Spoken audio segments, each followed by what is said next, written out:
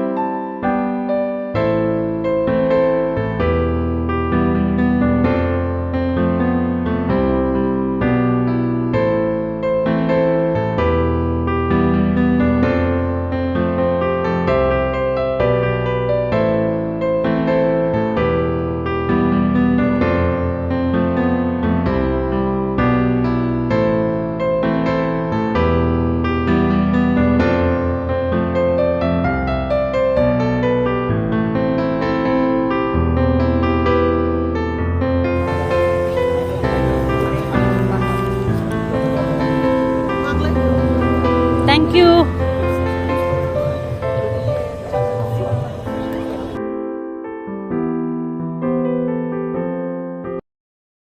আজকে সারা দিনে কি কি করলাম সবটাই আপনাদের সাথে শেয়ার করতে পেরে আমার খুব ভালো লাগছে। ব্লগটা কেমন হয়েছে অবশ্যই একটা লাইক কমেন্ট করে জানাবেন। আর আমার জন্য, রাজ্যর জন্য এবং আমার সংসারের জন্য অনেক আশীর্বাদ করবেন, যেন প্রতি বছর পহেলা বৈশাখে এভাবেই আমি আমার স্বামী সন্তানকে নিয়ে ঘুরতে পারি বা বেরোতে পারি, কিংবা একটা ভালো মুহূর্ত কাটাতে পারি। আপনাদের জন্য শুভকামনা রইল যেন এরকম সময় আপনারাও কাটান। শুভ নববর্ষ, অনেক ভালো থাকবেন।